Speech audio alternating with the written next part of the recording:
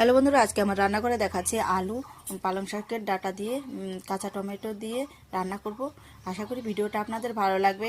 আস্তে আস্তে দেখতে থাকুন। প্রথমেই কড়াই বসিয়ে দিয়েছি, কড়াইয়ের মধ্যে তেল দিয়ে দিলাম, তারপর সবজিগুলো দিয়ে দিব, তারপরে দিয়ে দিচ্ছি লবণ, হলুদ, কাঁচা লঙ্কা ফাটানো আর এখানে আদা বাটা দিয়ে সুন্দরভাবে আমি সবজিটাকে কষিয়ে নেব। এই যে কষিয়ে নিচ্ছি, তারপরে আমি দিয়ে দিব জল দিয়ে নেড়ে চেড়ে নেব। নেড়ে চেড়ে নিচ্ছি, যখন জলটা আমার ফুটবে তখন আমি দিয়ে দেবো পালং শাকের পাতা। পালং শাকের এইরকম রেসিপি রান্না করে খেলে যা অসাধারণ লাগে না। তারপরে দেখুন নামিয়ে নিয়েছি, এখন ফোড়ন দিব।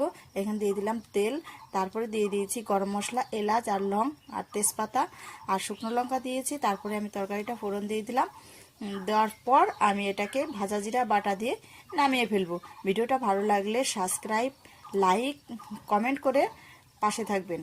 অনেক অনেক ধন্যবাদ। দেখুন তারপরে আমি নামিয়ে নিচ্ছি তরকারিটা। আপনারাও বাড়িতে এরকম রেসিপি বানিয়ে